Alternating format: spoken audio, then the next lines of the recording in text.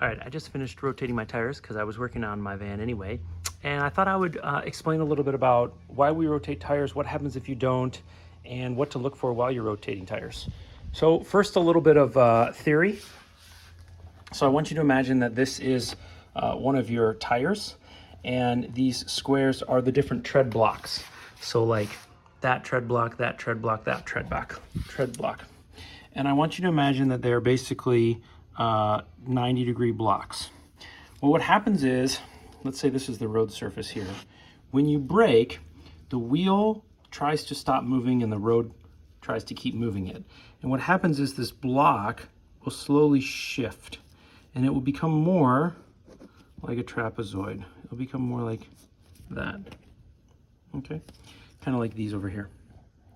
And the reason that that happens is because basically the road is trying to push the car this way, and so that rubber block gets pushed.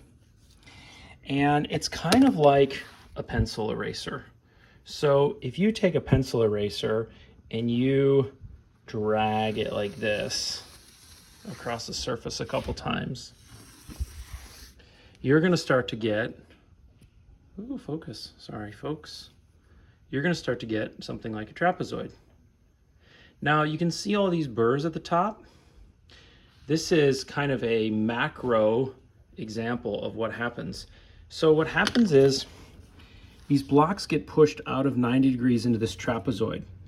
And if you rotate your tires and you flip these around, the road starts pushing them back into a square. And eventually we'll kind of push them back into this shape. And so what you do is you kind of push the trapezoid this way for 5,000 miles, this way for 5,000 miles. And if you don't, then this trapezoid, I'm going to exaggerate, of course, this trapezoid kind of gets sharper and sharper and sharper. And the sharper it gets, the more easily the tire can shred. And it can start throwing all these little bits away. So basically it throws these off into the road rather than pushing them back and forth into place. And there's a lot of things that use the same concept, like when you sharpen a knife and the burr and all of that, but material gets moved from one side to the other. And the reason it doesn't happen uniformly on the vehicle is because when you think about what happens when you slam on the brakes, you and your body go forward in the car, okay? And what is maybe not obvious to you is that, let's say this is a 5,000 pound vehicle, or let's call it a 4,000 pound vehicle. There's 1,000 pounds on each tire if it's just sitting there. But when you're braking, something like 70% of the weight is thrown to the front. And that means that the front wheels have a lot more traction than the back wheels. And so if we braked all four wheels the same, these would lose traction and these would keep traction. So what we do is we make the front brakes quite a bit bigger than the rear brakes. And that way, when we're braking hard, we can have the wheels with the really good traction do the majority of the braking. So that's why you change your front brakes something like 2 to 3 times as often as you change your rear brakes, and why the rear brakes are so much smaller. If we drove in reverse all the time, well, it would be the opposite. That's also why you have front and rear brakes on a bicycle, because if you only slam on the rear brake, you start to lose traction as your body weight throws forward. So if you don't have directional tires, if there's no arrow showing that the tire has to spin a certain way, then I always like to do a diagonal. So the right front goes to the rear left and the right rear goes to the left front. If you have directional tires where there's an arrow and the tread pattern is not reversible, then you just go from front to back.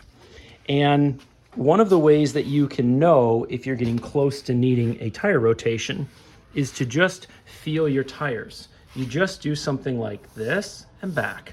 And what you'll notice, this tire spins this way. What you'll notice is that when you go this way, it feels like you're petting a dog. And when you go this way, it feels like you're petting him backward, because all of these blocks have something like a trapezoid shape. And so when you go this way, your hand slides over it. When you go this way, it picks up that little edge. Now, you can't necessarily see it very easily, but you can feel it. And I once was walking with a tech who taught me this when I was really young, and he basically went like on my tires, and he's like, oh, time to rotate. And so if you do that occasionally, you'll get you'll develop a feel for what feels normal. And your back tires really won't do that. So you can compare to your back tires and then compare to your front. And the sharper it is and the more it catches, the more desperately you need a tire rotation. Now, the other thing that you can look at if you rotate your own tires is you can look at the pattern across the tire. So these 5 tread blocks should be wearing the same. And you can actually measure this if you want, if you're a nerd, with a tool like this, which is called a tread depth gauge. This guy goes down, this goes in, and you get a measurement. But you can also see it. And if your tires are overinflated, then this center part sits higher and gets worn out quickly. And so your tread depth here and here will be lower. If your tires are underinflated, then you get something like a belly here and the shoulders will wear. Now, what you'll notice on my tire is that I have a problem, which is why I was working on it. So let me take you over here first. So if you go here, you can see that this line goes from here all the way to here. It's a continuous line. All of these lines are continuous. If you go here, the line disappears. It goes here and then it stops. And so you can see the line here and here, but not in the middle. That's because this part right here is wearing, because my camber was out of specification, because I had bad lower control arm bushings. So this gives you a quick glance, because what will happen is if you wear this out to the point where it's showing the belt, you'll need a whole new tire, even though this is still like 90 or 80% good. And in case you don't know, if you've never seen these are what are called the wear bars. So this is a raised piece of rubber, and if this surface is level with this surface, in other words, if it's a continuous path and there's no drop, then the tires are considered worn out. Most shops won't do anything with them besides replace them. That's kind of a visual indicator for the customers, of course, that don't have that. And you always want to have some tread depth so that the tires can get rid of water and snow and things like that. So that's why we rotate tires, how we rotate tires. I do my tire rotations when I do my oil changes. So that might be as little as 6,000 miles if I've not driven a lot, or 10,000 miles if I hit the mileage first. But just remember the eraser analogy of you're dragging that rubber always in the same direction. And at some point, it starts to shred and give off because you need to push those trapezoidal blocks back in the other direction. It has nothing to do with left and right hand turns, unlike the comedy act or the comedy joke from Seinfeld that you may have heard. It really has to do with the fact that the front does 70% of the braking, and so the tires need to be rotated to the back so that the ones in the back can enjoy some of that back and forth. And by rotating them diagonally, you get the benefit of that block moving in the opposite direction since the tire's now on the other side. I hope that helps someone. Tire rotation is a pretty important thing. Tires that might last 60,000 miles might only last 30,000 miles.